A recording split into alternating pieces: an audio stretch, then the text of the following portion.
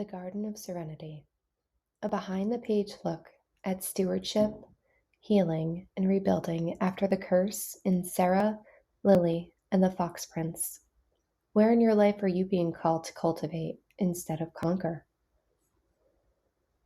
We celebrate the escape from the shadows of the forest, but stewardship is what we build after we return. Dear Netherwood, this week's theme is stewardship, and I want to take you behind the scenes of what that word looks like inside Sera, Lily, and the Fox Prince. We talk so much about surviving. We talk about the forest, the curse, the fear, the shadow, and the moment you make it out. But what happens after? I've had a few friends read the book and say that it feels like this could have been two books, because I wrote what happens after into the same story. After the defeat of the great evil, after the body is safe, it is still listening for something terrible, about what happens when the threat is gone and the habits it carved into you remain, and what you choose to do. In chapter 17, I begin there, not with a battle, but with bread. The trio awoke one by one to the intoxicating aroma of freshly baked bread, the way comfort always smells when it's real. I wrote this scene because I needed the story to breathe a little, to exhale, to feel the awkward calm of a new day after a great adventure.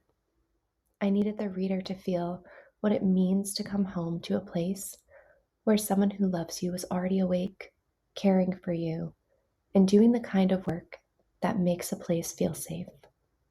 This is stewardship too, the quiet kind that keeps the world running, hands making food, hands sewing quilts, hands holding steadiness. Stewardship is the work of tenderness made practical.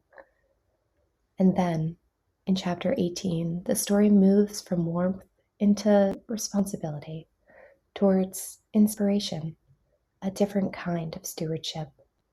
The question transforms into, what do you build after a curse breaks? If the Netherwood taught you discernment and unity and the refusal to become what darkness demanded, what do you do with that lesson when the threat is no longer a creature in the trees, but a system of decisions, trade routes, patrols, winter stores, and people who are still afraid? This is where the Garden of Serenity is born. Sera says it plainly. We want to transform our childhood meadow into a sanctuary, a place where grief can breathe without shame, where joy can return without suspicion, where people can sit under the sky and remember what it feels like to be human again. And then she delivers one of my absolute favorite lines in the entire chapter, because it is the argument that stewardship has to make in the real world. A garden is not a luxury.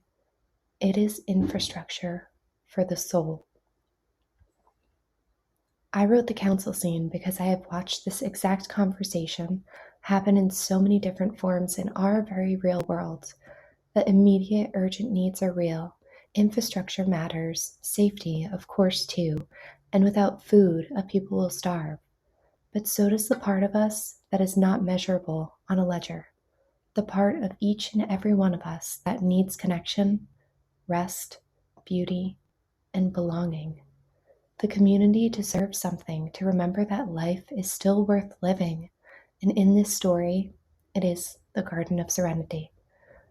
And I am learning stewardship is the ability to hold both, to refuse the false choice between practicality and humanity. In this story, it meant insisting that rebuilding the body of a kingdom without rebuilding its spirit would only create a more efficient kind of collapse. And when the leaders inquire about making a profit to somehow have an acceptable reason, the prince says calmly, "Then commerce can wait outside the sanctuary. Let the garden be free."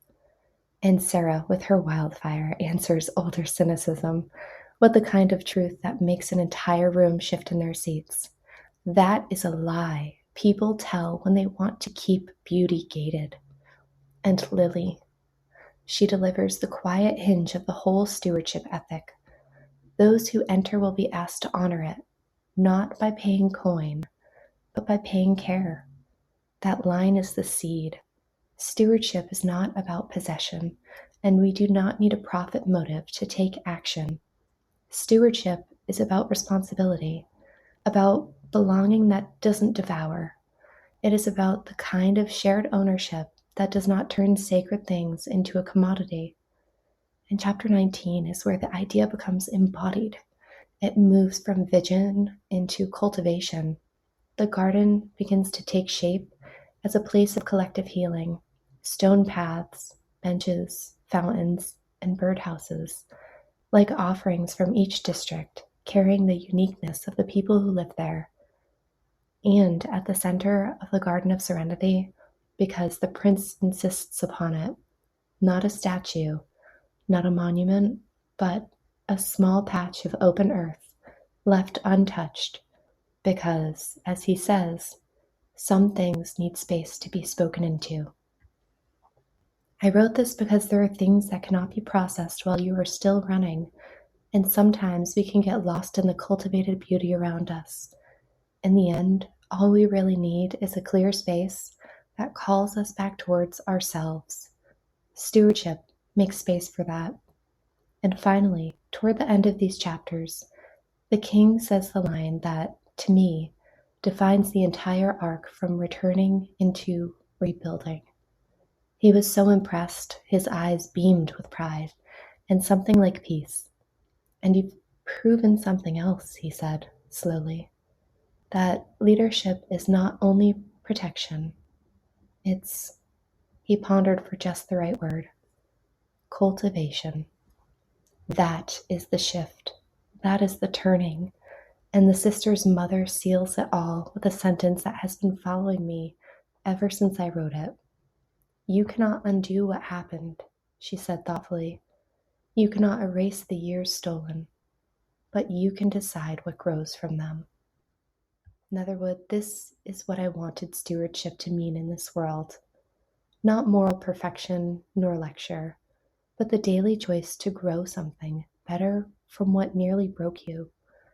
The decision to build places where people can gather and breathe again. The courage to keep things free, even when everything is moving toward fragmentation and monetization. The patience to design paths that acknowledge that people don't heal in straight lines, because straight paths are for people who have never been lost. This is my quiet invitation for this week, not just to ask you what you believe in, but to call you to think about what you are tending, what you are cultivating. So I want to ask you, Netherwood, and I want to ask them too. Where in your life are you being called to cultivate instead of conquer? Yours in ink, Sabrina.